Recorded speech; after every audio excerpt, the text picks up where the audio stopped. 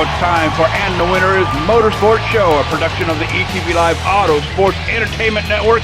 Get ready for 2 fun-filled hours of racing dialogue, race results, commentary from drivers, promoters, sponsors, media dignitaries, and much, much more. And now, the racing devil, Mike Neff, and the ringmaster of motorsports, Wesley Outland. This is And the Winner is Motorsports Show.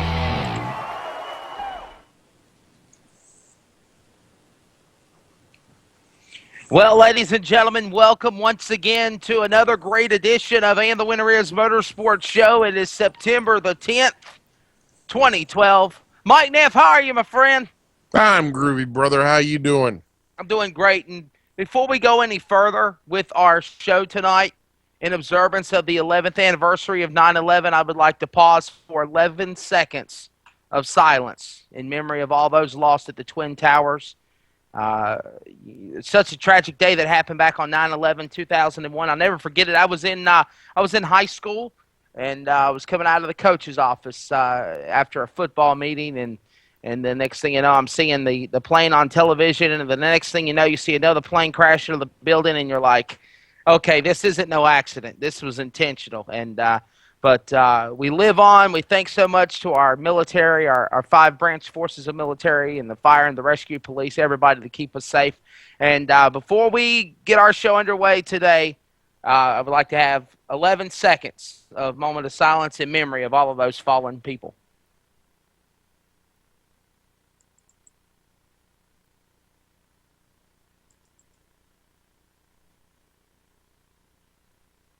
I feel like it's something, Mike, that we could do to pay our respects for 9/11. The least we could do. The least we can do. How you doing, my friend? The Racing Devil's in the house. I'm doing much better than I was last Monday, standing in a freaking rainstorm on a pit road at Greenville Pickens, trying to hear what you were saying and trying to give you some kind of information, and it was pretty weak. But me and JD Webb love that, by the way. I'm sure you did. It was pretty cool. Hey, we apologize coming on the air about 30 minutes late. I am in another world today. I hate to admit it, Mike Neff. Normally I'm not, but I'm spiraling out of control today, dude. I've just had a lot of stuff this weekend, and it's been a very, very busy weekend and everything with the fast track to the World Championships to the announcement of the events being on Fox Sports South for the first time ever. FSN going to pick up the Fast Track Racing Series.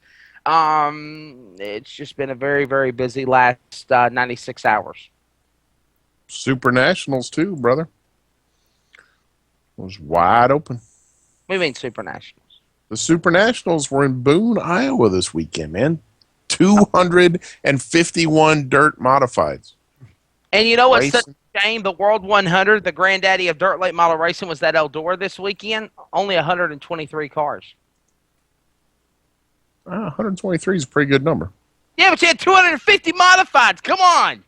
Well, it's because there's more modifieds running in the world than there are super late models. And who gave you that fact? I just go around and check it out. In the Midwest, dude, there's way more modifieds running than there are super late models. They had 42 late models show up for the late model show at Boone and 251 modifieds. Now, mind you, it's well known that this is like the biggest modified race of the year, although they pay for crap. But that still boggles my mind. But anyway, that's why, I mean, it's where all the modified guys go to run the IMCA modified deal, because it's Boone, and so they all show up for it. But yeah, it's still the most bizarre thing I've ever heard of. You go there, you race for 5 days. They start 4 days. They start on Wednesday. Right. You travel all the way there. You got to put yourself up or sleep in your hauler or whatever. You're going through tires. You're going through fuel. You're going through car parts. You race, you fight your way into it, you make it to the starting field of 33, you go out there and you battle for all you got. You're the lucky one that comes home and takes the checkered flag, and they cut you a big fat check for $2,000, and they take your motor. It's the dumbest thing I've ever heard of. They give you a check for $2,000, and they take your motor. You know what I loved over the weekend? What's that? I love the fact that Kyle Boohoo Bush did not make the chase. I loved it. I freaking loved it. It was pretty interesting. He That's and my entire. I'm not gonna wave the flag over a bad pit call by Dave Rogers. There was way more than that involved in the whole season of him not making it to the chase. But in the end, and I I can't speak for the man because I didn't talk to him. I haven't talked to him, but I was surprised when the time came down to it and the chips were on the table and all he had to do was gain 4 spots on the racetrack and he didn't do it. And when it comes down to it, that's why you don't win championships. I love how Jeff Gordon just came back and rallied over 1 point. That made my day. Yeah, that was cool. I mean, I don't know that I buy into the being that excited to be 12th in the base and know that you pretty much aren't going to win the thing. Yeah, the way he reacted in victory lane, it was like, yes, man, I won. It's like. Well, that's what I'm sitting here looking at him going, dude, you did the exact same thing when you won the Daytona 500. You just finished second at Richmond to be 12th in the chase. There's a big difference. And I mean, I don't know. I guess we'll see. If he rattles off 10 wins in a row and kicks all their butts in the chase, then it'll be justified. But I don't know. I could see him having a decent run in the chase, but I think he's going to finish 4th or 5th. Jaguar. Right. Well, I don't know the whole deal on that, but what I do know is that it made my day that, that he did not make the chase. Kyle Busch did it. I saw. Do what? I know it did for you. I did. I mean, it'd be like Danica Patrick not making the race, I'm just messing. We're not going to pick on Danica today. Did she even race anywhere this weekend? Yeah, she ran in the. Did you realize? I did not realize till I was sitting at dinner on Friday night. Looked up the television screen, and it said it was her 50th nationwide start. Who cares? It seems like she started like 10 races, and she's run 50 of them. I was amazed. Well, that's a lot of races. We are trying to get out with Brian Burkhofer, the winner of the World 100. And also cool. tonight we're going to have... By the way, I reached out to Kyle Larson, who won the Gold Cup at Silver Dollar Speedway this past week for the 2nd year in a row. And unfortunately, he's at the racetrack and therefore cannot talk to us tonight. Where's he at tonight? I don't know off the top of my head. I know he is still in California. I know he was at Calistoga yesterday, but let me look it up here real quick. And by the way, don't forget, Landon Huffman's going to be on, winner of the Atlanta Real Sim Racing Full Throttle Cup Series last Monday night. He's going to be on the program. Also, we're trying to line up Brian Burkhofer. Man, I really wish we could get the man from the World 100 on the show. Definitely. That, and I'm trying to get Jeff Taylor, who was the winner at Boone, to find out what he's going to do with that $2,000 check. Right. Because he's got that kind of dough now. It'd be cool to get.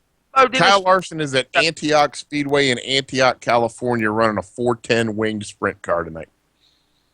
Really? So there you go. Antioch, with the World Outlaws. I thought there was only one Antioch Speedway, and that was in Morganton, North Carolina. Apparently not. Maybe not. And that track. I thought there used to be an Antioch Speedway in Ohio, as a matter of fact. But anyway, he's at Antioch Speedway with the World of Outlaws in Antioch, California tonight. I'm going to be nice to you tonight, Mike. I can't believe this. They're saying he's got 12 days off. No way. Larson will lose his mind if he doesn't race for 12 days. Maybe he needs a break. We all need a break sometimes. Not Larson. That dude's racing nonstop. I mean, he took a day off after Greenville Pickens before he went to the Silver Dollar. He had that Tuesday off. Aha. And then he went to the Silver Dollar for 3, 4, 5 days. Well, and then Calistoga last night and Antioch tonight. I'm going to be nice to you today, okay, Mike Neff? Normally I pick on you and raise hell and, I don't mind. Go crazy. I know, but I'm going to be your friend today, okay? I just do not feel like my normal self. I just feel vulnerable. I just, just today just does not seem like. I'm sorry. Today does not seem like Monday for me. It doesn't. It's like Monday to me. And I actually, speaking of feeling sorry for folk, I would like to make a shout out. I'm still trying to find the release on it, but apparently a large number of people lost their jobs at NASCAR Media Group today. Yes. And that's a lot of people that are dear friends of mine. And I hope that my good buddy Alan Dietz is not one of them. I do not know the answer. I'm thinking Derek Perniciglio might be one of them, but I'm not positive. Wow. But I'm hoping that... Now, if Derek loses his job, does that mean he's not doing the speed stuff anymore also? I don't know the answer to that. And it may be that he is still doing speed stuff, or it may be that he didn't lose his job at all. I just know I saw a couple posts on Facebook about it, and he made a comment that said thanks, which made it sound like he was part of the group.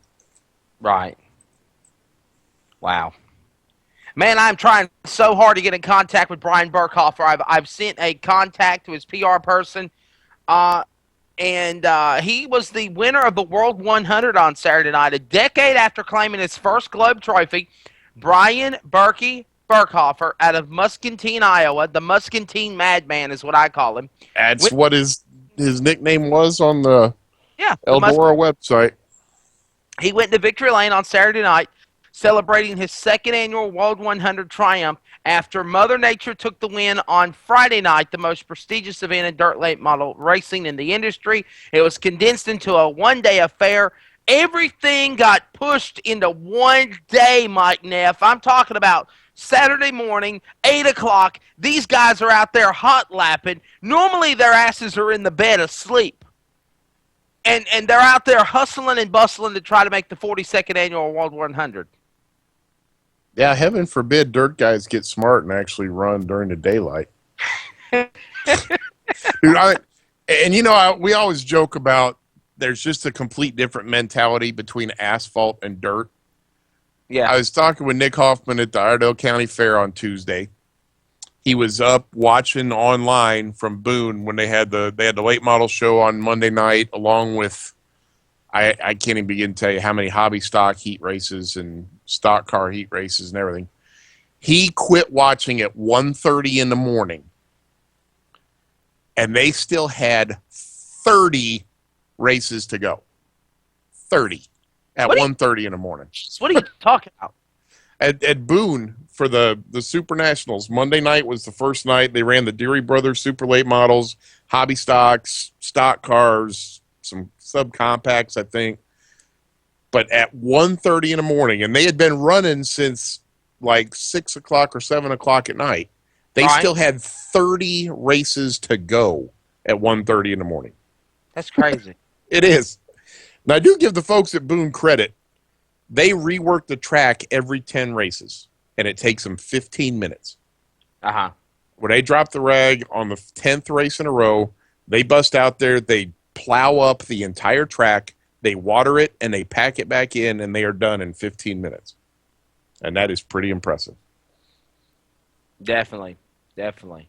Well, anyhow, Brian Burkhofer, the Muscatine Madman, he wins the World 100. Rambo Dennis Franklin wins the second annual Bill Hendren Memorial. Let's see here. He won 311 at the Clash event on Saturday night in Madison, North Carolina. Neil Sykes, we're going to have him on the program. He won the late model event at County Line on Sunday night. Yes, that's very weird, Mike Neff. For the first time in the history of the 26th year of the track, they ran on a Sunday.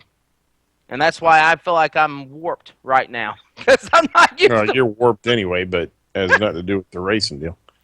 Okay, fine. You have jokes. See, I said I wasn't going to pick on you, but you're going to turn around and pick on me, and that's not going to work. Okay. Yes. I'm good. Congratulations to Colby Copeland, who came in town from California to take the East Coast Nationals for the Mini Outlaws at the Iredell County Fair on Wednesday night. Here we go. Had 18 Mini Outlaws in the house, and you'd have swore they'd never driven before in their lives. We had a 25-lap feature race that was cut to 20 laps, and they still had to stop for fuel because we had so many caution flags. What is that for? It was ridiculous because nobody could drive. People were flipping out of the track, running over the top of each other. It was insane. I don't think we had 3 consecutive green flag laps the whole race.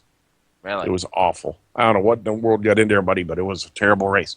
Fortunately, Max McLaughlin and Chaz Woodward in the 125 race put on one of the greatest races I've seen in a mini outlaw ever and made up for it.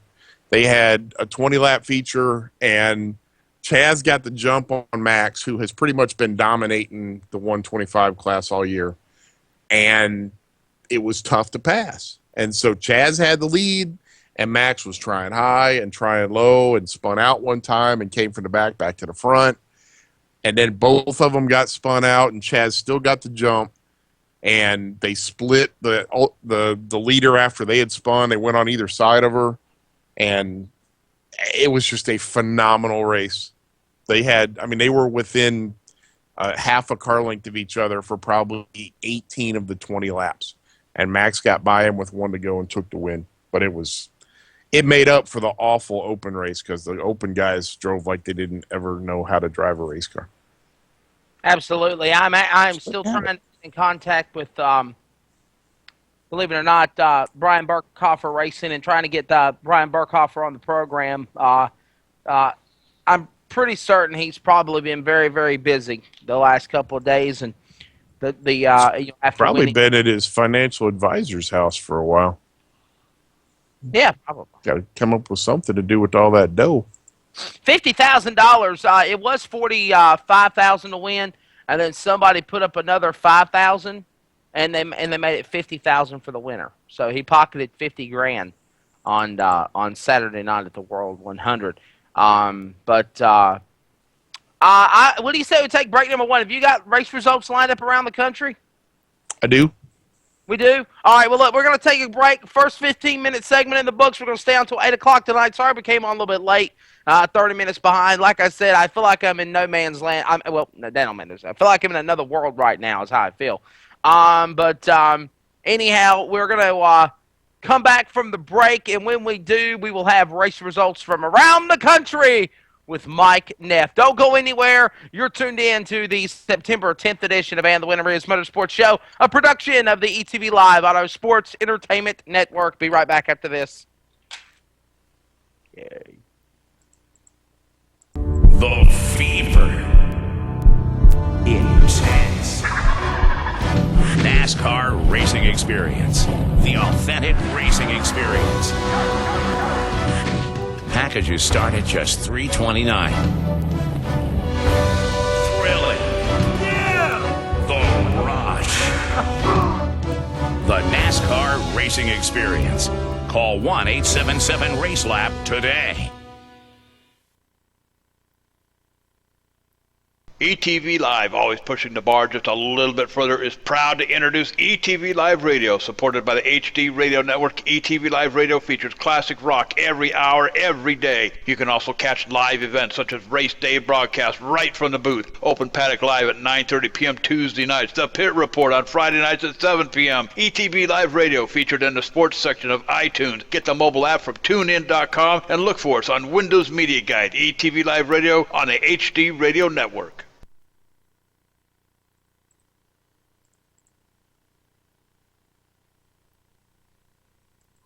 All right, welcome back to the program, and the winner is Motorsports Show. The Racing Devils in the house. It's Mike Neff. And I am the what? What am I? He is the ringmaster of racing. The ringmaster of motorsports. Ring the bell, somebody. I don't know why I'm always forgetting that it's motorsports and not racing, but It's everything. I'm just determined to call it the ringmaster of racing.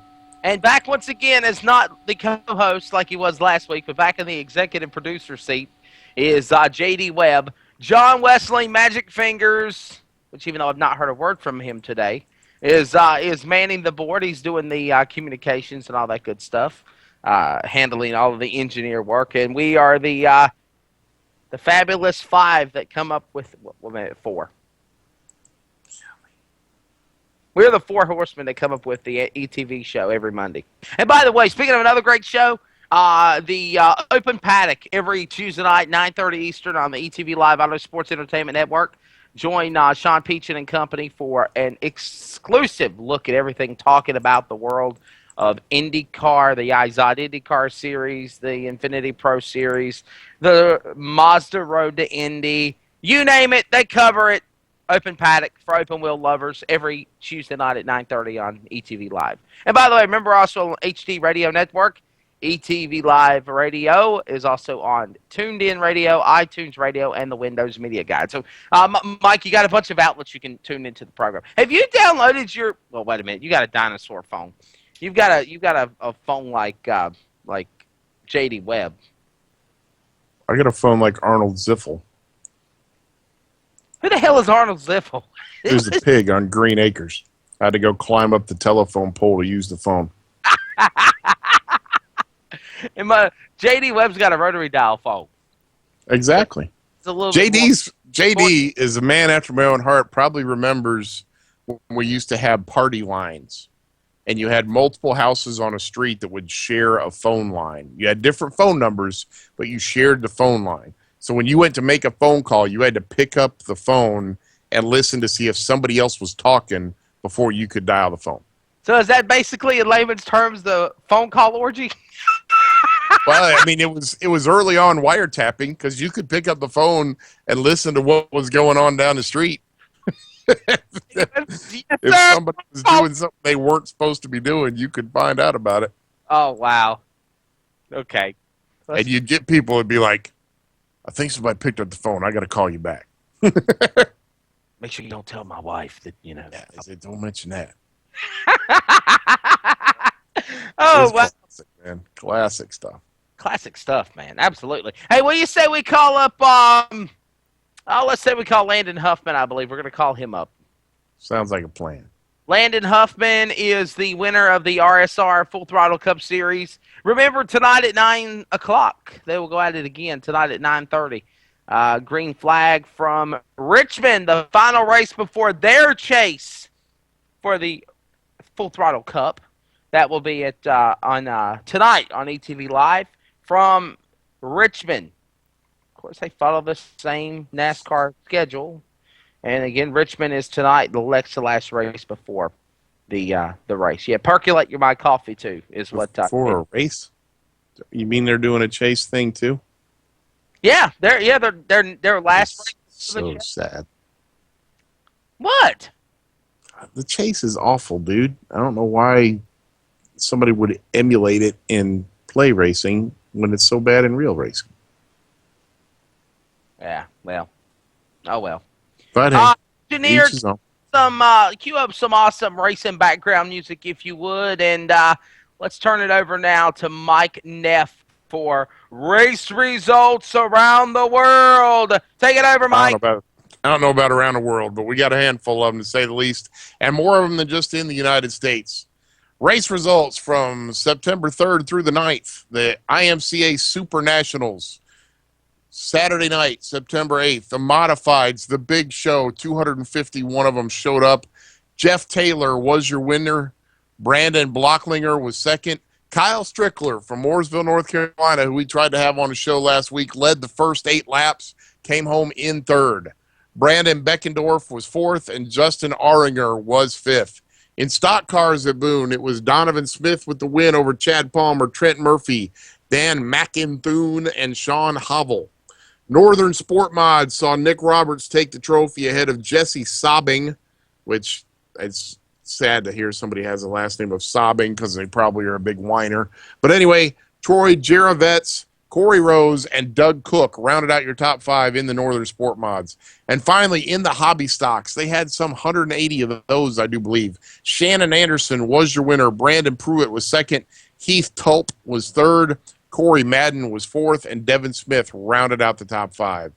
On Tuesday night, the 4th, the IMCA Sport Compacts raced at Boone. Jacob Ellithorpe was your winner. Brad Chandler was second. Mick Rikus was third. Tyler Whalen was fourth, and Cameron Meyer rounded out your top 5.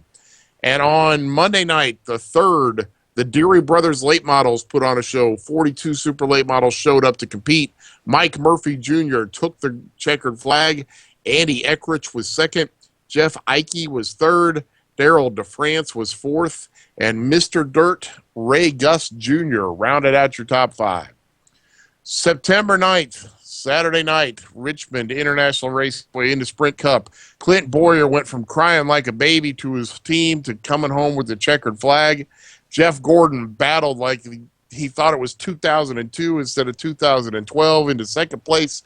Mark Martin did his typical, I love everybody, and I'm so glad I came home third. Tony Stewart was fourth, and Matt Kenseth rounded out your top 5. Hey, Mike, real quick, before you go any further, did you see that, though, in the race on Saturday night or Sunday morning?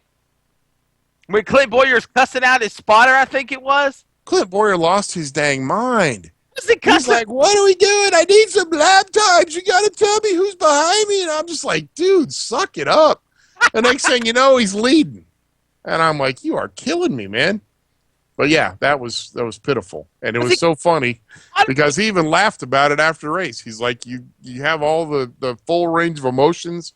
You're so down. I thought my race was over, and I want to thank Juan Pablo Montoya for cutting my tire because it helped me win the race. Yeah. But yeah, he was so spun out in the middle of that race, it was not funny. All I heard was, maybe I could find the audio clip for it. All I heard was, dude, I need my lap times. I need something. It's too damn quiet. You need to say somebody talk to me. Who's in my mirror? It was the question of Days of Thunder when Cole Trickle was in the CAT scan machine, and he says, can somebody talk to me? Talk to me. I'm used to having somebody talking in my ear. Talks to me. I can't see him, but he talks to me. And then, of course, the NASCAR racing, the NASCAR.com commercial. That's the fantasy racing that's got the guy sitting on the... tells Clint to move to the high side, and then he wrecks. 15 laps ago. Who is this? Get off my radio! Hey, he should have had him there with him at Richmond on Saturday night. Yes, he should have. And I think they should play that up on NASCAR. They should take his audio from when he's whining and then have Tommy get on the radio and gripe at him about his fantasy racing. And then show Clint taking a checkered flag. I'm going to try to find it. I think you should.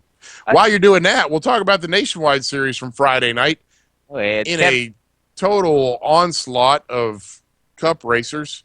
Kevin Harvick took the win. Ricky Stenhouse Jr. had a fine run to come home in second.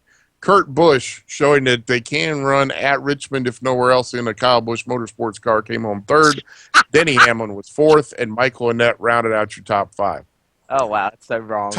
Thompson International Speedway on Saturday.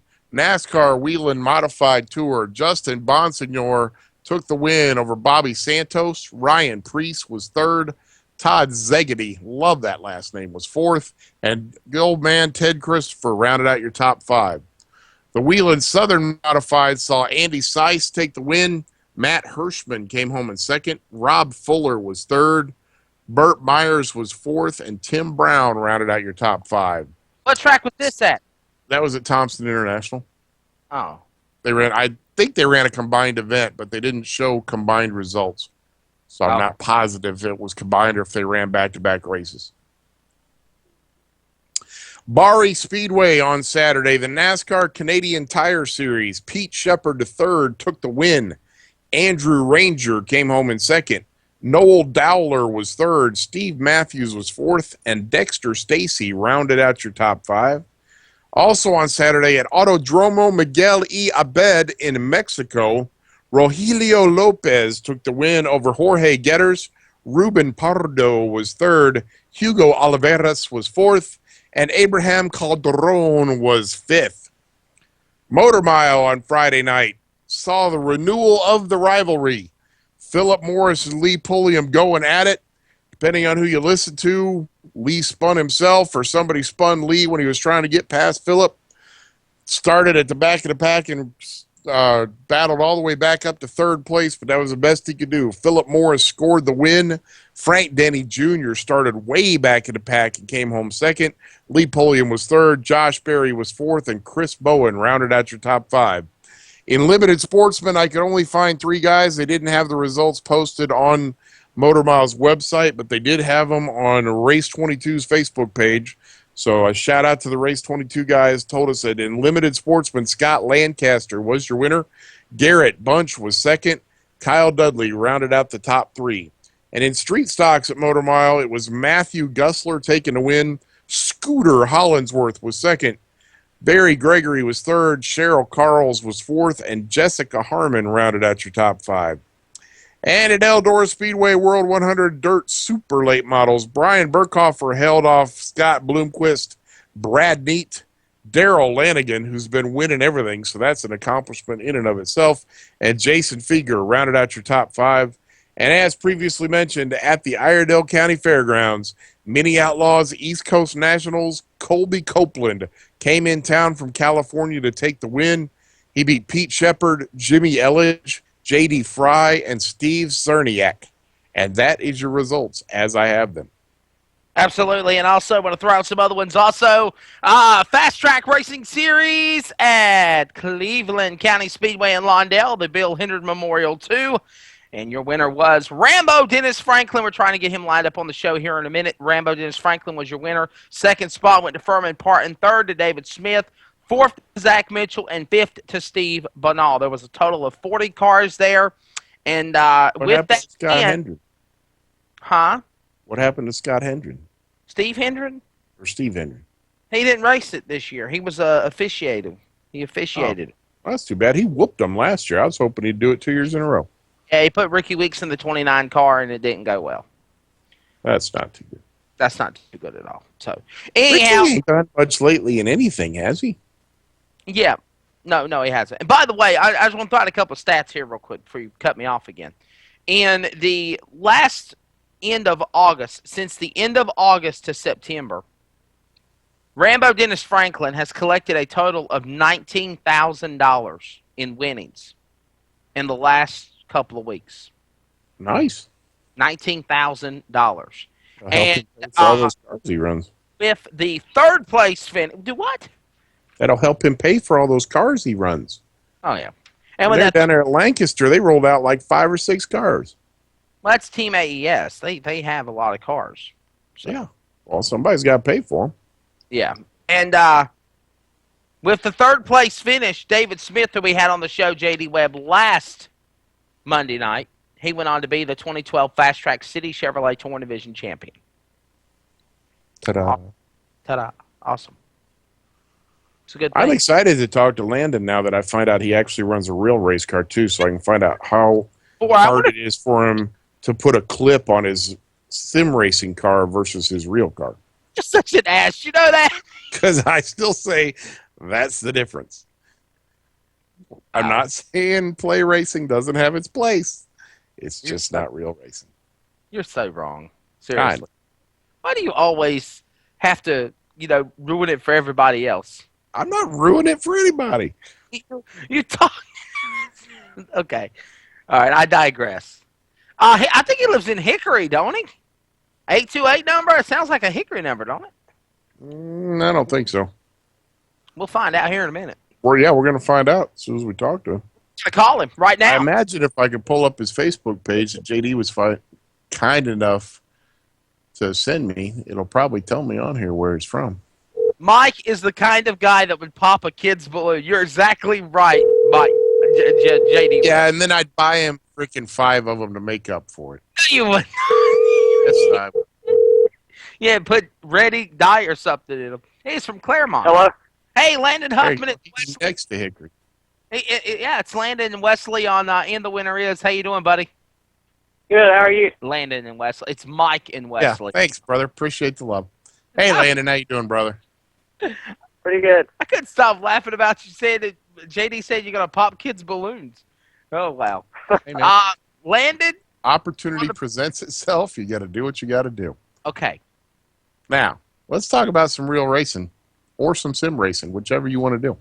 Points leader by 39 points in the Real Sim Racing Full Throttle Cup Series in front of the second place man, Chad Cole.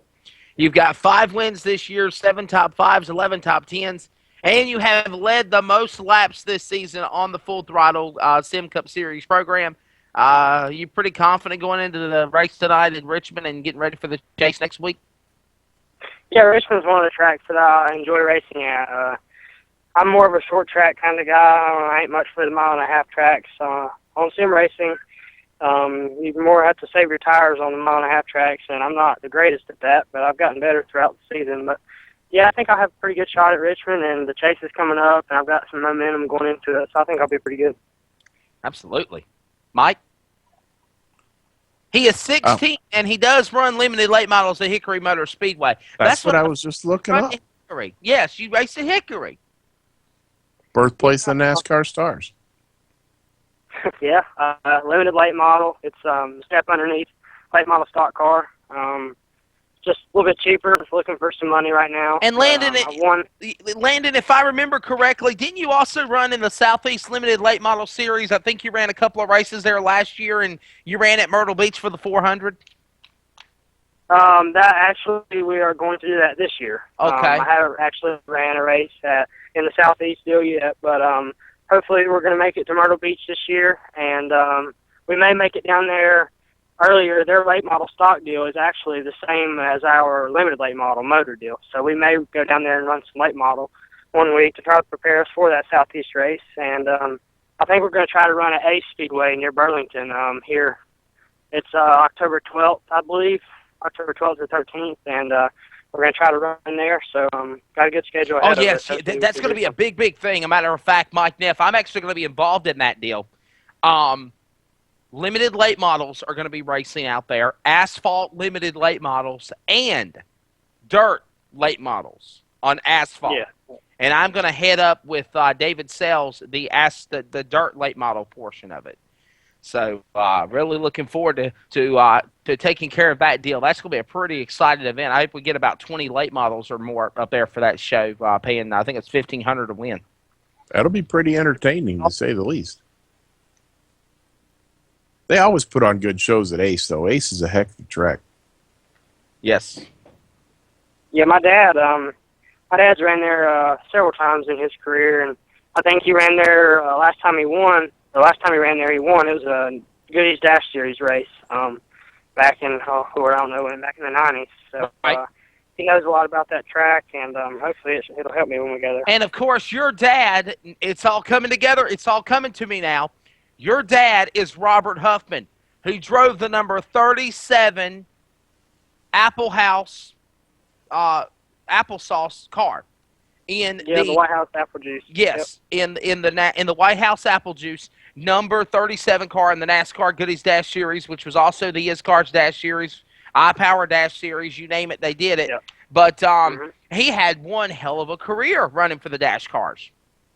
Yeah, he actually went to Toyota there when they were looking to get into NASCAR. I think it was 2001. Yep. And Toyota, agreed to it. Okay, that's cool. We'll move into the Dash Series. So Dad was the first NASCAR driver for Toyota, and he kind of helped kickstart the program, which is pretty cool. And then in 2003, he won Toyota's first NASCAR championship, so that was pretty cool. And then nice. On from that, he went to the Truck Series, and he was part of that inaugural Toyota Truck Series drivers. Awesome. He ran in 2004 for IMI, which was Innovative Motorsports, and then in 2005 he moved on to Waltrip Motorsports and for Darrell and them.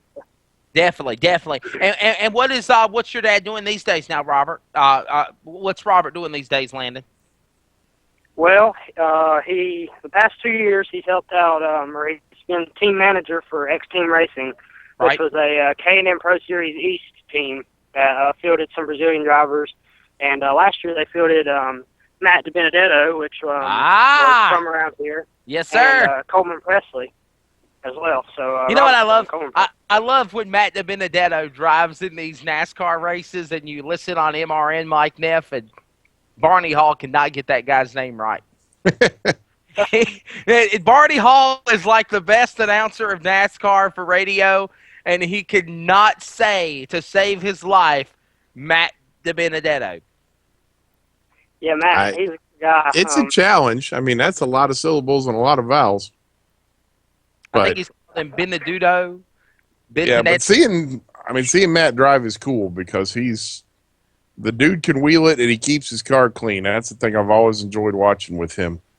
Hey, I want to remind you tonight, Real Sim Racing Full Throttle Cup Series tonight at Richmond at 9:20 Eastern. Tune in on the ETV Live Auto Sports Entertainment Network, the official home of And the Winner Is Motorsports Show as well. I'm Wesley Outland, the ringmaster of motorsports. Somewhere along, Mr. J.D. Webb as the executive producer. John Westland will be ringing the bell. And Mike Neff, the racing devil, as well. And we got Landon Huffman on the program. And now, Landon, when did you start racing? Sim racing. No, just racing, not the play stuff. All right. When I was 4 years old, Dad got me a dirt go-kart, and we started running across North Carolina, up in Shelby at Riverside Raceway and Highway 120 Speedway, which was out near Shelby as well, and drove a dirt go-kart until I was until I was 12, took a year off, or 2 years off, and then when I turned 14, I got into a limited late model at Hickory and ran 6 races for a guy, just kind of get my feet wet in the deal. And then 2011, me and Dad built a late model, a guy gave us an old car, and we pretty much stripped it down in the shop floor and put a new front clip on it, built it ourselves, and Dad kind of cut out what he wanted, and we built it pretty much from the ground up. And it was only pretty much just the cage, the box sitting there. So we built it up, took some parts off the old Goodies dash cars, and got it to where we could run it, took it up to Hickory and ran 3 races. And actually my second race in that car, we won Bobby Isaac Memorial Limited race, so that was pretty cool. And Nice. that's the car I'm running right now. So. Wow. Very cool. And then when did you start doing the play racing? It's sim racing, Mike. Come on now, quit it. Let's see, probably about 2 years ago. It's cool. It's a hobby. If you enjoy racing, you'll love it, especially if you get in with a group of guys like John Abbott, all the real sim guys, Keith Brooks, and then especially helps when you have a cool deal like ECV that puts on, broadcasts each week, and JD, John Westling, all those guys, they do a really good job. It makes it definitely fun for us and the people watching, and it gives you, somewhat of a real aspect.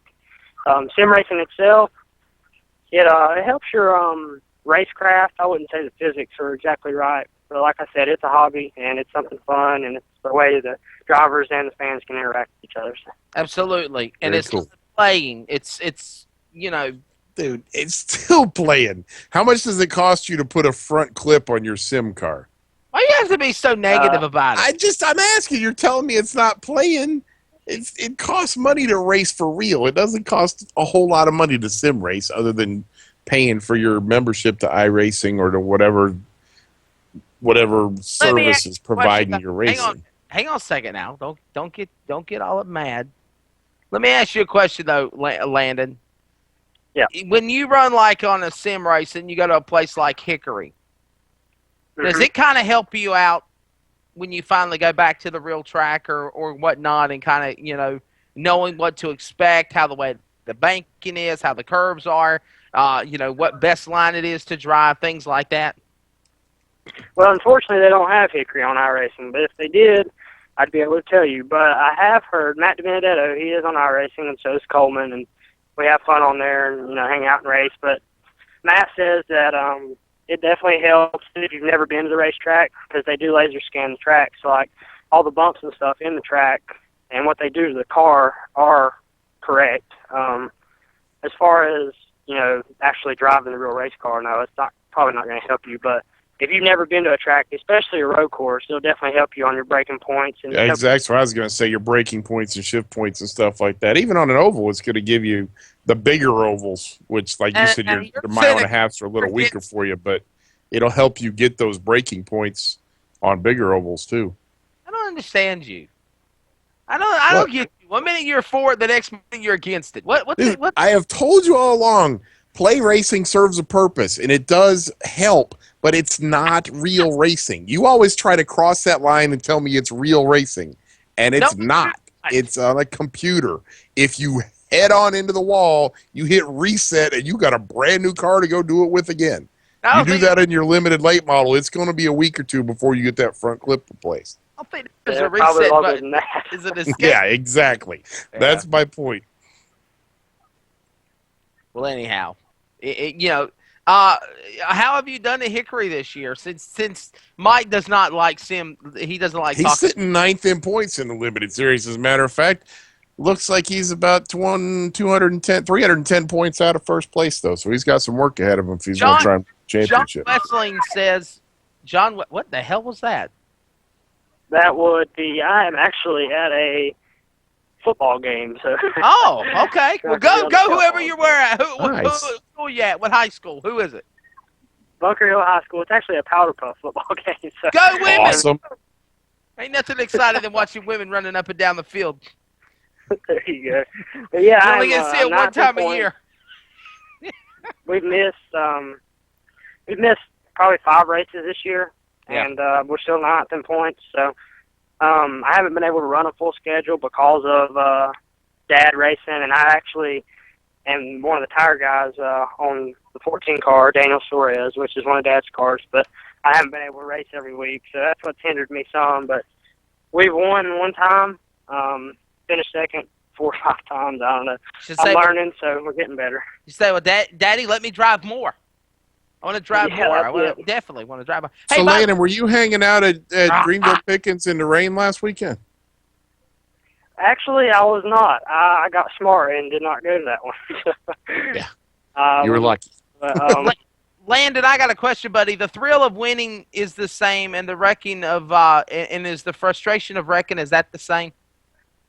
Oh, absolutely. I mean, if you're competitive, you want to win, and whether it's sim racing or real racing, the will to win is there, and the competitiveness is still there. So when you crash, it's definitely not fun. You get upset and frustrated, but it's definitely a lot easier to crash and put it off on the sim side. So. Definitely. Now, but you feel that in the sim world also, don't you? Yeah. Like I said, the competitiveness is there, and everybody wants to win. So especially when you get a good group of guys that you can have fun, but everybody's still racing to win. So. I rest my case. And that's fine. He may feel that way. I wouldn't. I'm just saying. Landon Huffman, buddy, real quickly, man, throw out your sponsors on your real race car, your sim race car, everybody you want to thank, whatnot. Well, my dad, he's, a big part of my racing career, and, hopefully I can do something with it. If not, I can just have fun, doing what I'm doing. But some local stuff around the Claremont and Hickory area helped me out. Dave's Truck Parts, Stockyard Steakhouse in Cherokee, North Carolina, Six Tire Center in Conover, JH Appliance, let's see, trying to think here, United Claim Service, and I think that's all of them. Definitely. Very cool. Well, Landon Huffman, buddy, thank you so much for being on the program, man, and enjoy that Powder Puff football game. Thank you, guys. Hopefully I can come back on here and have some more fun.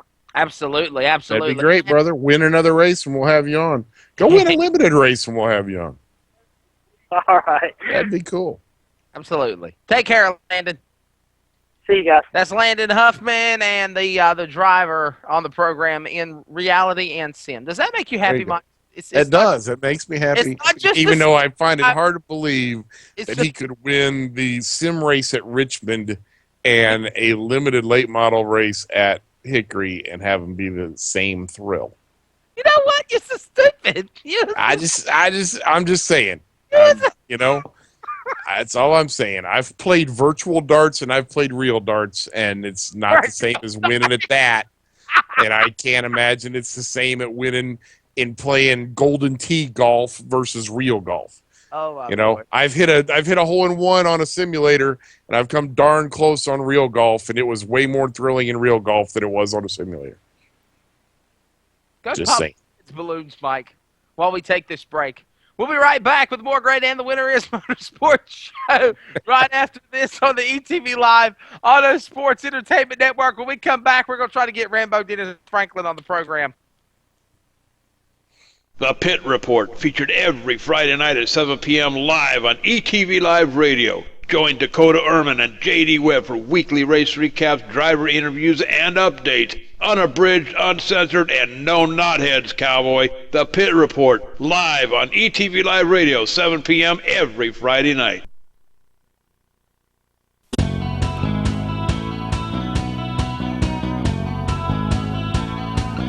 Shortway Real Estate Incorporated, conveniently located off of intersection 91 and I-77 in Wytheville, Virginia.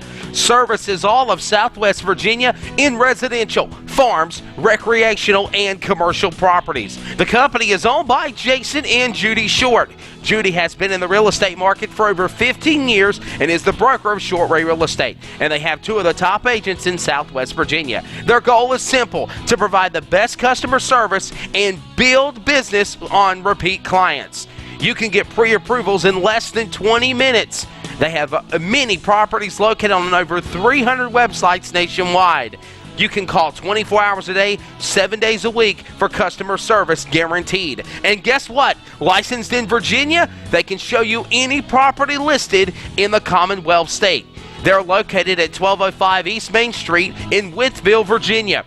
For more details, call 276-223-4018. That's 276-223-4018. Shortway Real Estate Incorporated, reminding you, take the short way home.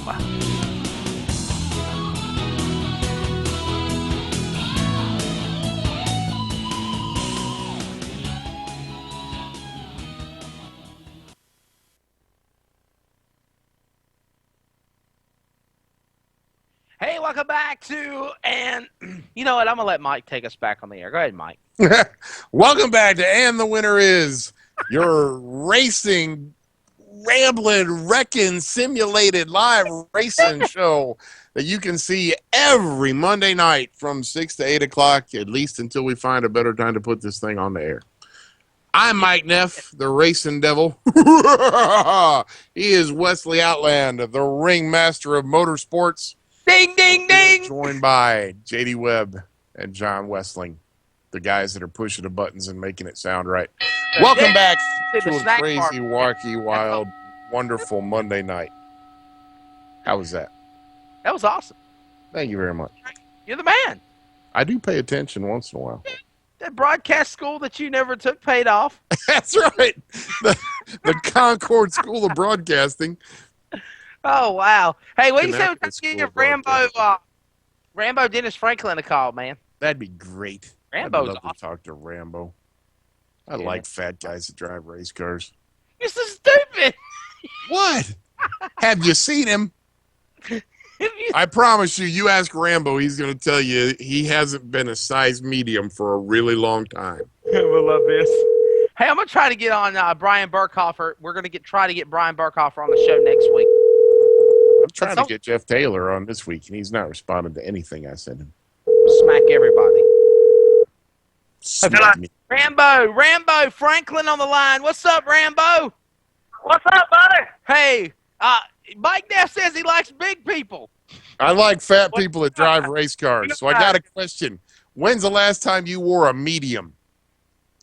Oh, hell. I'd be probably 1980-something. There you go. Thank you very much. That's what I was telling Wesley. I said, I like fat people that drive race cars because I'm a fat person, and it makes me feel good not seeing these helmet bag guys that just show up and climb in, but guys that actually wiggle their fat butts under the car and turn some wrenches. See, now, Rambo, Mike Neff can run his mouth with you on the radio show. Now, if he said that to you in person over the PA, you'd probably slap the hell out of him and throw him on the catch fence. Well, you know, I've always told the old lady, fat, where's that? Fat, where is that? There you go. Right, that's right. Do you realize, Rambo, Dennis Franklin, with this win over the weekend on Friday night at the Fast Track Bill Hendren Memorial and, of course, winning the Carolina Clash event at 311, you have accumulated $19,000 since the end of August. That's pretty damn impressive.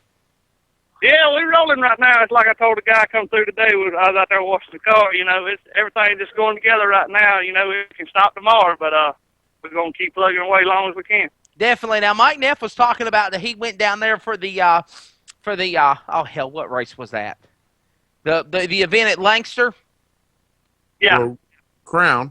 The Carolina Crown, that event. And he said he saw you unload like 5 late models. Dude, between the pro late models and the super late models, they had 5 or 6 cars down there. Yeah, but tell them about who you're based out of now, though, Rambo. Well, I drive for Steve Cook out of Mount Airy. They race too, him and Dan Brewer, and I have 2 cars here that belong to him, and I keep him up at my shop. But Yeah, we when they race with me wherever I go, you think we got a fleet of them because Steve really loves to race, and he's a good man. He puts everything we need behind us, and just whatever it takes to win races. Rambo, was it a disappointment to not pack up and go to the Big E for the World 100 on this past weekend? I know that you, every time I'm down there up there for that event, you're there. You always want to try to make the program, but is it just more feasible with the way the economics and the economy is if you can win, big money in the vicinity of where you're at? Is that just a better route to go than to try to go up there for the 50 grand? Well, I mean, you go up there, they had 144 cars. You got to look at it from the dollar side of it too. And we didn't have a motor Monday when we was talking about going, so we didn't actually get our motor till Thursday from Plymouth. And right. So when I didn't have it by Wednesday, I just done made my mind up. I was just going to hit Thunder Valley and go try to win this championship on the Clash deal. Absolutely. Of course, he's talking about Thunder Valley at Cleveland County Speedway in Lawndale, and then, of course, the Blue Collar Tour, the Carolina Clash, was at 311 Motor Speedway in Madison on Saturday night. Mike? I'm curious, was it 2 weeks ago you and Fergie had a heck of a duel down there at, was it Carolina or Gaffney? That was in the Clash race? Or the Beast race? Shrine race at Carolina Speedway. At Carolina, that's right. Tell us about that night. That sounded like a heck of a duel. Yeah, we had some trouble there. We had a carburetor stud break, and the O-ring got down in the butterflies of the carburetor, and I was actually cutting the car on and off in the corner with a switch, and I called that lap traffic, and he got a roll on me on the outside there, and I was about to hit that one in the butt there, and I didn't got no power steering when I got it cut off, so I had to cut it on, and when I cut it on, he was sideways, and I got into him, but, there's no hard feelings there. He knows it's good hard racing, and the fans sure didn't like it. That's Fergie town up there. So, right. Yeah, they get upset. That's what people do not realize is, these race car drivers, they travel all over the country with one another. They bang fenders. They'll rub a little bit if need be, and sometimes they might put each other in the wall if it comes to that. But Rambo, when you get out of that race car, you're all good friends. Oh yeah, when you strap that chin strap on, you got no friends. Especially when you do it like we do for a living. That's how we make our income, and we, even if our was out there, we gonna race her just as hard. Absolutely, and then the thing is, Mike, is the fans and the media and the forums, they take things and they twist it all out of proportion. Oh yeah, they grab it out of context and it gets all spun out. Oh, yeah, it's going to be Fergie versus Rambo Friday night at 7. Be there to see the Friday night fight of the century. And then they're just like, guys, come on. This is seriously. Well, come on now. If Fergie even tried to look at come on now. Rambo would wad him up in a ball and roll him under his car. Fergie's still seriously, Fergie's a little scrawny dude, and Rambo, as we've already established, is a fat guy. So it would not be close. Rambo, I know the history. I know the story about it from following you in dirt super late model racing for going on almost 8-10 years. But real quickly, for those people that do not know on And the Winner Is Motorsports Show, throw out where that whole nickname Rambo came from, buddy. I got that when David Perry used to run the track over here at Gaffney, and Daddy used to go there and help him, and they'd always make me wear army pants on Saturday night to keep my school clothes good and clean, and Dwayne Goins put that on me back in the 80s, and it's just been there ever since. Dwayne Goins. Fabulous Dwayne Goins. That's cool. Don't be saying his name too loud. He'll have to call in. No, I don't think so. Well, we got a block. We got a block on that number. No, I'm just messing. But definitely, Rambo, buddy. I mean, have you? Obviously, you've done great in fast track. You've done great in NDRA. You've done good in the Clash, Ultimate. Why do you not want to settle down and just try to run for one sanctioning body? Do you just like to go wherever? I mean, heck, wherever the money's at, pretty much. Well, I mean, I like to travel, but it's just the way the times are right now with fuel $4 a gallon, and I just, like you just said a while ago, it's more sense just to run around the house, especially if they paying $4,000 or $5,000 to win, and it just don't make no. I mean, yeah, I'd like to run the Lucas or the World Outlaws, but when you got to go to New York and then turn around and go back to the other side of the state, it just ain't worth the money. Absolutely. Yeah, I was going to say, if you had the extra $1.5 million to do it, that'd be cool, but it costs a lot of dough to do that running all All over the country thing. Okay, Rambo Dennis Franklin on the program, driving the number 27C entry out of Gaffney, South Carolina, Team AES Racing Stables out of Mount Airy. And I definitely, man, he's got, what, 2-time Carolina Class Championship. He's won many fast track races, been to Indy events. When are you going to get into a modified, Rambo? When we going to see you get into a modified car? I don't know about that. You know, I just ain't never been my cup of tea there. You know, I just don't like him for some reason. He's not a wine and cheese kind of guy. Exactly. That's a modified guy. Now, I got a question for you, Dennis. Do you like new Gaffney or old Gaffney better? Oh, without a doubt, the old Gaffney. Without a doubt. Interesting, because It seems like whether you talk to That's- fans or whether you talk to drivers, it's usually split about 50-50. Half of them like the new one and half of them like the old one. Absolutely. I guess it's all about how much your motor budget was when you get right down to it. Well, Well, they shortened it. It ain't helped matters none. I think personally, you know, but I think it lost cars when they shortened it. definitely, and of course, it's a wide track. I mean, now obviously, what do they just cut the size of it? Correct. The wideness of the track is still the same. Yeah, they just built a turn about 2/3 of the way down the front stretch and had it go back to the back stretch. So the turns 1 and 2 are a lot closer than they used to be. Go ahead, Rambo. What was you saying, buddy? I said you go over there some nights it's good racing, and some nights it ain't so good racing. But you know, it's just I guess I like it because it was bigger, and you know that's just what I grew up on. You know, that's where I cut my teeth, and I always be partial to the big track. I reckon. What is your favorite racetrack over in the country? Wherever you go to, Rambo. I mean, what is your favorite track to race at? That'd be Whipple, Virginia. With Raceway. Always love With Raceway, man. Absolutely, and it just explain the reason why. Just cause you go up there, the track's always good and smooth, and Fred does an excellent job on the track. He runs his show tight. You always leave it at a decent hour, and most of these racetracks around here ain't like that. I mean, you know, I've never once been there, and I can honestly say that it's been rough. Absolutely, definitely. Rambo, where are you going to next? We're just sitting here talking about it. If we go anywhere, we're gonna hit Carolina and Lancaster this weekend with the crate car, and I got a couple of cars here I'm working on for some people, and just if we go, that's where we're gonna go.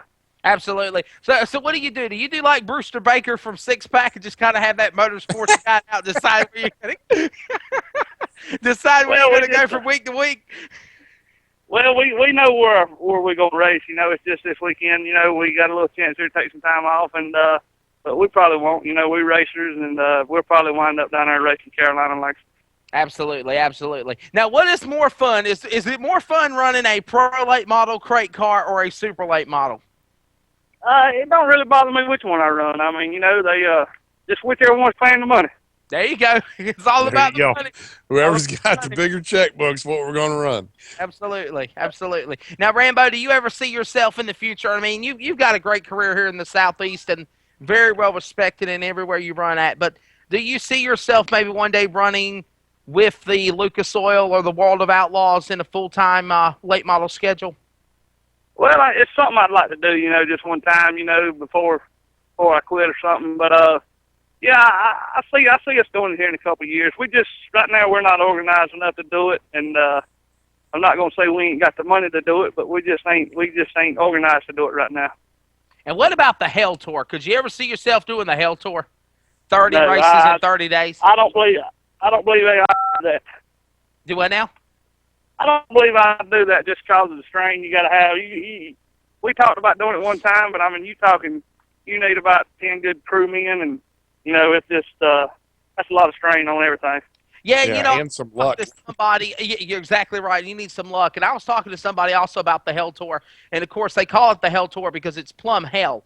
It's 30 races in almost 30-something days. Yeah, and 29 races in 32 days this year. Right, and successfully, where last year they had about half of their schedule get wiped away because of the rain.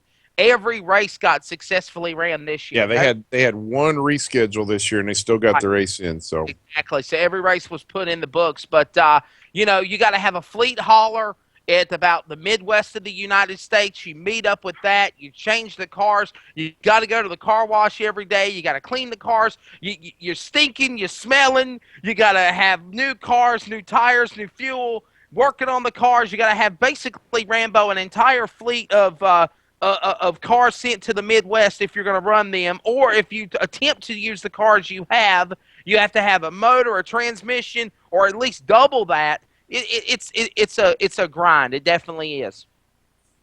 Oh yeah, without a doubt. You know, they don't call it the Hell Tour for nothing. Definitely. Now, what about this the Summer Nationals deal that they run down here? That's whatever it is, 8 races in 12 days or something. Oh, the Ray Cook Tour. Rambo's ran before. Yeah, we was gonna run it this year, and then right there at the end, we decided to back out and not do it. We went crate racing there a lot, and we just stayed around the house. Okay, now Rambo, one last question. I'm gonna let you go, buddy. And no, Mike, this is nothing about sim racing. Rambo. Let's ask him about sim racing. Go ahead, ask him about sim racing. Rambo, do you ever, How many times you run on a simulator? Hang on a second now. You've got a cousin named Bebo, Brian Franklin, who's a good friend of mine, and he's all into the sim racing stuff, and he's always talking about you on there. Do you ever see yourself one day jumping on and getting on one of them dirt simulation games? No, I don't do the computer stuff. I just don't do that stuff. Well, you don't knock nobody for doing it, though, right? Oh no! I mean, you know, it's just like don't have time really. Whatever floats when I get up about 12 o'clock, I come over here and get started, and I go home about 8. Just chill out. Absolutely. Now, Rambo, one last question for you, buddy. You've run supers, you've run pro late models. Do you feel in the next couple of years that the pro late models is going to get the stage of where supers are at right now? Or do you what's your take on that? Because you run both cars. Do you feel like maybe one day pro late model racing is going to be up there and be the top sport where supers are now for dirt? Oh, yeah, it's coming. I think about another 5 or 6 years, it's really going to be the top of the line because, I mean, if every man can go out and spend $40,000-$50,000 for an engine, and you look at racing right around here around the house. We used to have 5 or 6 cars here right in our area, and now we'd be lucky to have 2. And I mean, you can go buy a crate motor for $5,000 and go racing. Absolutely. Rambo, real quickly before we let you go, man, on AndTheWinnerIS Motorsports Show, throw out your sponsors on your car. Thank all your friends and family. Tell Don I said hello. And real quickly, want to remind everybody also tomorrow night, 7 o'clock, he'll be on the official radio show for the Fast Track Racing Series, Fast Track Weekly Live. Go ahead, Rambo. Yeah, I'd like to thank AES Racing, Turkey Landscaping, FK Robbins, Field Starters, Griffin Radiators, JRI Shops, Fair Right Race Cars, and just whoever else I'm forgetting. I appreciate it. I got a question, Rambo. This is like, and I'm trying to ignore this, but I'm trying to keep from laughing. And Mike, I think you know where I'm going with this. This is the 5th time that I hear like a dial tone. Or what the hell are you doing? Well, I got people calling me on the line. You know, I got a hotline down here. He's probably working on the car and holding us on his shoulder. That's what I was figuring. He had us on this. He's working on the car doing something else. So, but we're definitely. You know, we always working. Working is the key word. Well, I'll tell you what, Rambo, if you ever do decide to go do the Hell Tour, you give me a call. My fat butt will be happy to be on your crew anytime. Okay, well, y'all boys take care. Just feed him with Oreos and gummy bears, like I said on 6-pack. There you go. That's right. Rambo, take care, my friend. Appreciate it. We'll have you on tomorrow night on the Fast Track Show. Okay, thank you. All right, that is Rambo Dennis Franklin. Man, I'll tell you what, always a class act, man. He's awesome.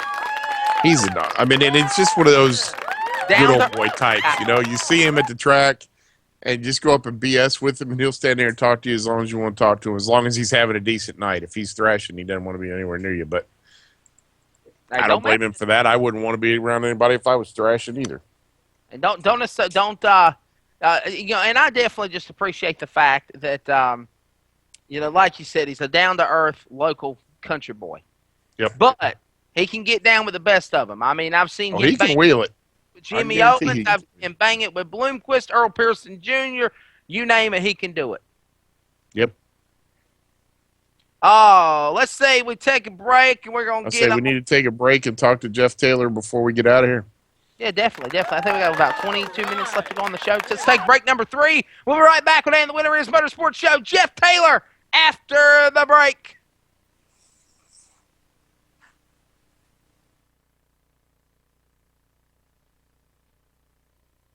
If you're in the dirt, then grab a cold one, sit down, shut up, and strap in, cowboys. Sunday nights on ETV Live and ETV Live Radio, Sim Pro Racing features the Lucas Oil Power Eye Midgets. Pro drivers from all over straddling 600 horsepower of lean, mean, dirt-slinging machines every Sunday night live at 9:20 p.m. on the Dirt Channel at ETV Live and ETV Live Radio, etv-eplay.net. Do it or stay home.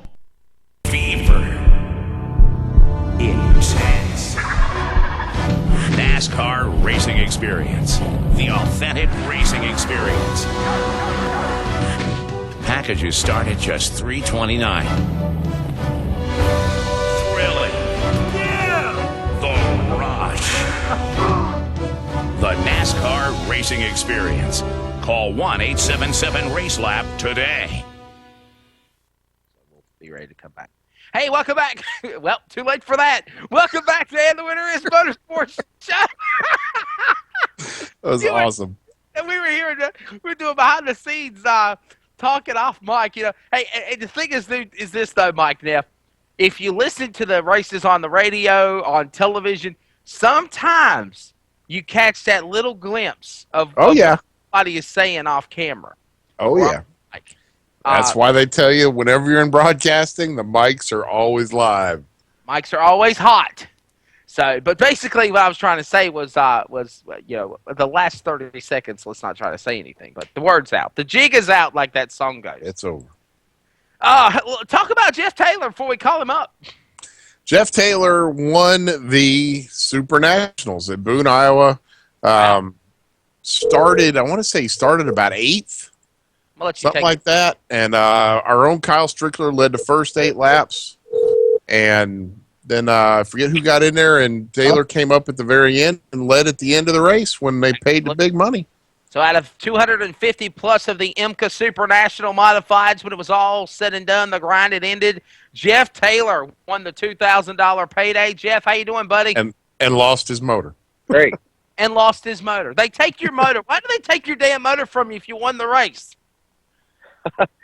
I think that's just part of the deal. It is part of they raffle it off. So theoretically, you can buy your own motor back if you want to spend the money on it. Now, when is the auction going to be to get your motor back, Jeff? What's that now? I said, when is the auction going to be for you to get your motor back? Oh, they had it just as soon, not long after I got out of the car, and I don't know, we were trying to round up enough money. And we just didn't have enough. I'm like, come on, guys, you took my damn engine, I got my purse money, $2,000. Come on, y'all, what are you doing to me? Come on. It's probably 10. How much did it sell for? 10 grand? 12 grand? I think they got 6,200. So wow. Nice. That was a good so tell us, just give us an idea about the whole experience at Boone. I mean, you get up there on like Monday or something. They start racing Wednesday night. Do you race all 3 of the qualifying nights, or once you're locked in, do you just park it? Well, once you're locked in, you're done till Saturday night. But we had the All-Star race Friday night, so we actually got to run another race. Which they have an All-Star race? Too. Yes, sir, yeah. Don't call me sir. I'm not that old. Okay. So the All-Star so once you're locked in, you just put it on the trailer other than the All-Star race until Saturday night. Yeah, you put it on a trailer. Yeah, just sit there and most of them, I think, drink. You know, they just drink. He tells it like it is, don't he? Wow, that is awesome. Now, besides the modifieds, which there was like 250 of them, how many hobby stocks were there? Wasn't there about 180 of the hobby stocks? When we got there Wednesday, there was 750 something cars total there, and then I had heard Friday night that it was somewhere around 850 total for the week period there, or week and a half, whatever it was, and it was the largest they had ever had. So it was pretty phenomenal, you know. Now, on the qualifying nights, Wednesday, Thursday, Friday, do they run till like the sun's coming up? Well, they do if the weather, slows them down. Normally, every night by midnight, they're close to done, but the weather kind of hindered it a little this time, and it went a little later there a few nights. But they farm and prep the track and try to keep the track equal. And if you draw early heat, it may be a little greasy, and then if you get a late heat, it's generally a pretty decent racetrack. So, it's a lot of pressure. I mean, you got to win your heat, and if you don't win your heat, you don't make the A qualifier, and then you run other races to acquire points to the final night if you don't lock in. So, if you got a pretty good car, there's still a lot of luck involved, but you should be able to get in the show. But there were several good guys that had good cars and didn't make the show this time. It was kind of unusual, but it was exciting. I don't know. It was the best thing that ever happened to me. And then once you're in the show, where did you start? Like 8th, something like that. Oh, sorry, there's third row in the middle. It was 3 wide, so I started 8th, and it's a little hairy them first few laps. It's kind of scary, but I was up there with good racers, and I about spun out on lap 5. You can see it on video. I just got in there a little hot, and I was like, oh no, here we go, So. Now, did somebody give you a shot in the left rear at some time during the night? Because the picture I saw you getting the checkered flag, that left rear quarter looks pretty scrunched up.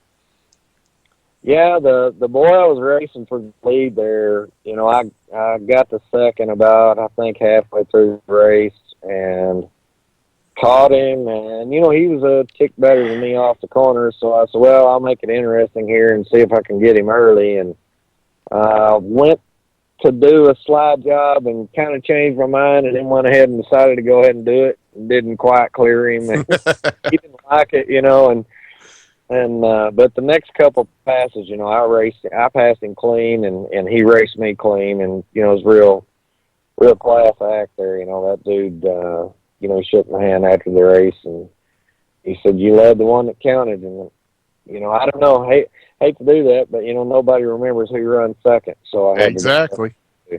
So if you ain't first, you're last, kind of like Ricky Bobby talk, right? Second's first loser. My crew had teased me all weekend. You know what Ricky Bobby says? Yeah. So how about old Kyle Strickler coming up from North Carolina and running third? Did you wave at him as you were going by him to get up there to the top spot? That's so wrong.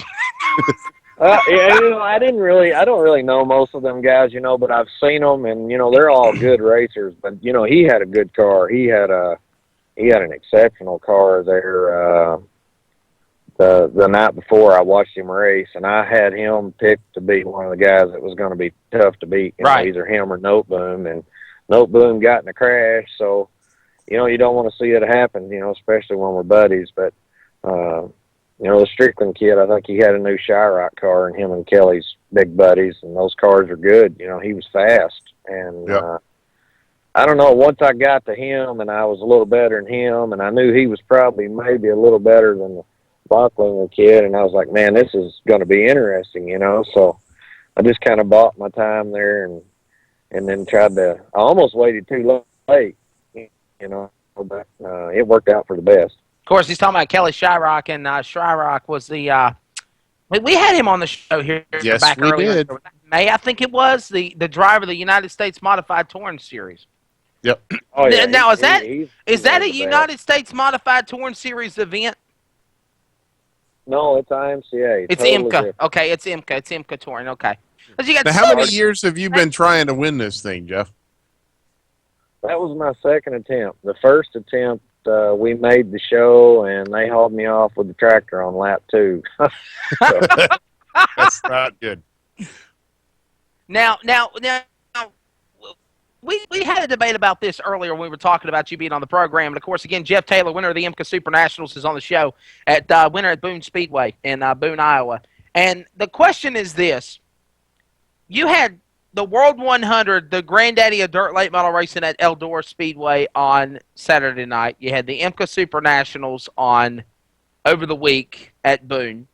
Had 251 modifieds and 123. I don't know where Rambo got 144, but 123 super late models for the dirt late model dream.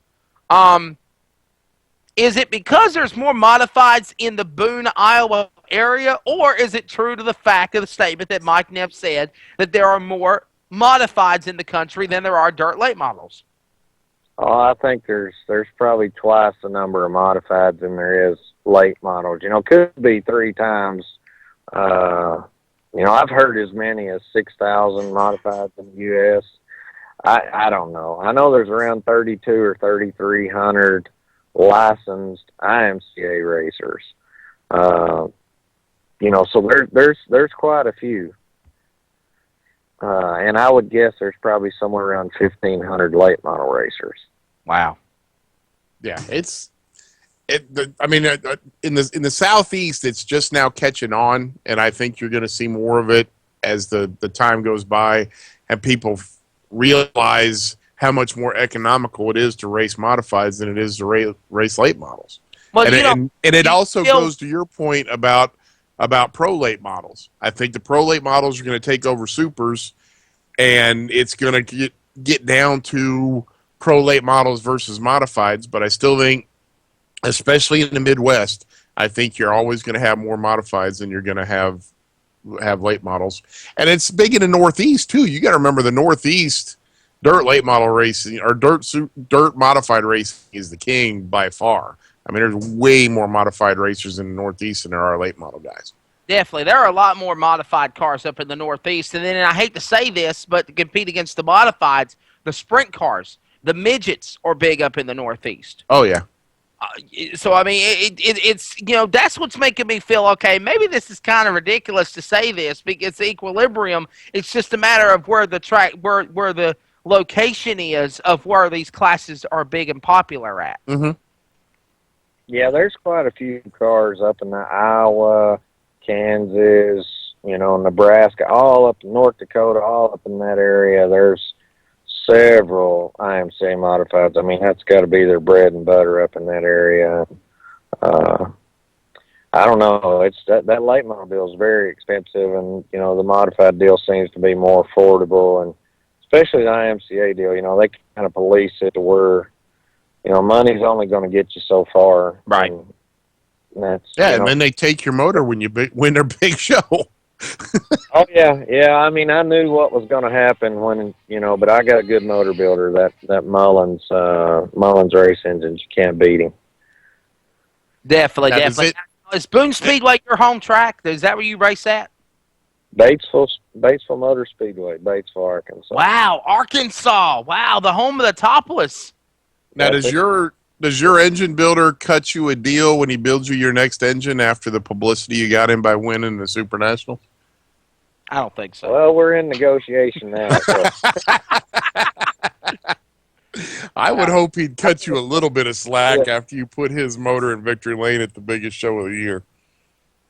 He's been behind me for a long time, and I tell you, that motor was 3 or 4 years old, and we've never even had to freshen it. I mean, I've never had a lick of problem out of it, and he tells me all the time, I pull 30 hours and go race and take one motor, and he's like, man, you got a lot of confidence in that thing. I'm like, it's just a good motor. You just get one every now and then, and but he's a good guy. He's good to talk to, and now you got to try and find another one. Yeah. I couldn't ask for a better motor. I mean, that's the best thing I ever had. Jeff Taylor, buddy, before we let you go, man, we got 8 minutes left on the show. Go ahead and throw out your sponsors real quickly, man. It's good to have you on the program, and congratulations on winning the IMCA Super Nationals of 2012 at Boone Speedway. Yeah, you bet. I appreciate, all the guys that helped me. My pit crew's the main thing, my brother, my cousin, and we got a couple guys back home that helped me. And I couldn't do it without those guys. They show up and they just work part-time for little to nothing. And then New Vision Graphics helped me. And I got Industrial Electric out of Dickinson, North Dakota's really come on board. And, I couldn't have raced without this guy. I mean, he's took me from nothing and helped me build my program back up and go race. And, Lynn and Jeannie Hecker, they're just good people, very good people. And I couldn't do it without them people. And then, you know, Bob Harris, he built me some shocks, and I thought he was crazy what he built, but it worked pretty good. And, you know, I just got a lot of people that's helped me. I couldn't think of all of them here because I'm sitting in the car right now. Right. But, you know, BSB, he's helped me a lot. Wisconsin Custom Machine, you know, even Larry Shaw, he's my uncle. He's helped me quite a bit. Province Construction. I mean, there's just a ton of people. You know, Kaiser Manufacturing, All-Star Performance, Schoenfield Headers. You know, those guys were there and watching it. And Sweet Manufacturing, Comp Cams. Man, there's just so many people. I know I've missed a lot of the guys that's helped me, but you know, we're going to run an ad and thank everybody that was behind us. And, you know, the biggest thing, you got to thank the fans. You know, I couldn't do it without those guys there standing, watching, and you try to make a good show out of it, and you try to make it exciting. And you know, thank Brett Root and all them guys in IMCA for putting it on. I feel honored to be those people's champion. Absolutely. I hope I make them proud, you know. Definitely. Well, Jeff Taylor, buddy, man, thank you so much for being on the program and being on And the Winner is Motorsports Show. Good luck for the rest of the season and continued success in that modified. Well, I thank you. Definitely. Congratulations, bud. Yeah, Jeff Taylor. We got one more phone call we got to make. We got Jeff Taylor out of the way, and one more guy I want to get on the program, and I promised I'd get him on. And just time has flew by, man. It seems like damn time just goes so fast. Well, you start a half hour late. Shut up, Mike! Even when we do it for 2 hours, it just flies by. Oh, I know. Just goes by so quickly. Well, when you're late for work, stupid. Hello. Hey, Neil Sykes, it's Wesley Outlet. How you doing, my friend? I'm doing fine, Wesley. How are you? By the way, you're fired again. No, they're picking on me. They're picking on me. Neil, second win of the year in the County Line Raceway late models, and man, are you just off today, Neil, like I am? Because damn it seems like it's Sunday for me, not Monday. Because and blame it on County Line Raceway running for the first time ever on a Sunday night. Yeah, I tell you, it's been a while since I ran a Sunday. Wow. Did you run during the day? No, it was in the afternoons. Gotcha. I was just curious because a lot of these guys that run dirt just say they will not run in the daytime because it's just you can't keep the track damp. Yes, it dries out. But I mean, if it blacks up, rubbers up, choose the right tire. I mean, you can do it. It's just got to be careful. Wow, man, they're telling me we only got 3 minutes and we got to get off the air. But Neil Sykes, man, just talk about your win on Sunday night at County Line. Just an awesome performance in that number 11 Cockrell Transport entry number. Out of Apex, North Carolina. And man, I'm as long as I've been calling races in the South, I've known you, and it's always good to talk to you in Victory Lane. Oh yeah, I wish we'd had more, and you'd have been at the races more to interview us. But oh man, that 11 team, that Ray Witherspoon Motorsports, it's been a great ride. I'm in my 22nd year with them. We don't run as much as we used to, but we just here lately run the Elm City and which is the county line, and still have fun with it. I mean, we're all over our 50-year mark, so we're just having fun kicking around. Man, I tell you what, you and Travis Hare put on one hell of a battle on Sunday. Oh yeah, now Travis, we're old teammates. Some years back. I mean, I'm telling you, Mike, they were beating and banging fenders. They were doing everything they could. Travis was going to have to put Neil in the wall to win, and he just didn't do it. Well, I knew that's good. That's the way it should be. Yeah, I mean, we just ran door to door, fender to fender. I knew that he wasn't going to turn me, and I wasn't going to turn him to win the money. I mean, I'd take second, shake his hand, but Travis has always ran the good. I thought I was in pretty good shape, but we run up on that lap traffic, and he let me know he was ready to take the number one spot away. Absolutely. Definitely. Well, Neil, man, I hate to say it, but just as fast as we get you on the show, we got to get ready to get off. But I just promised I'd get you on the show here for about 3 to 5 minutes to talk about your win.